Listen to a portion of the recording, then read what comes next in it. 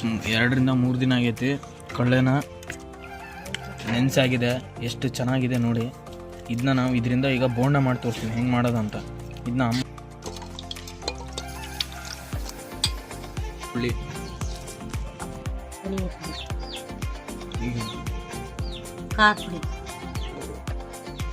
ಅರಿಶಿಣ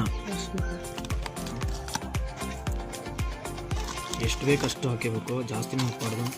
ಕರಿಬೇವು ಸೊಪ್ಪು ಕಲಿಸ್ತಿದ್ದಾರೆ. ಸೇಮ್ ಟೈಪು ಯಾವ ರೀತಿ ಬೋಂಡ ಮಾಡ್ತಾರೆ ಆ ಟೈಪಲ್ಲಿ ಕಲಿಸ್ಕೋಬೇಕು. ಈಗ ಅಮ್ಮ ಕಲಿಸ್ತಿದ್ದಾರೆ, ನೋಡ್ಬೋದು ನೀವು ಯಾವ ರೀತಿ ಕಲಿಸ್ಕೋಬೇಕಂತ ನೋಡ್ರಿ. ಫಸ್ಟ್ ಚೆನ್ನಾಗಿ ಬರ್ಬೇಕಂದ್ರೆ ಕಲಿಸೋದ್ರಾಗಿರೋದು ನೀವು ನೋಡ್ಬೋದು ಯಾವ ರೀತಿ ಕಲಿಸ್ತಿದಾರೆ ಅಂತ. ಈಗ ಕಲಸಾಗಿದೆ ಹಿಟ್ಟನ್ನ.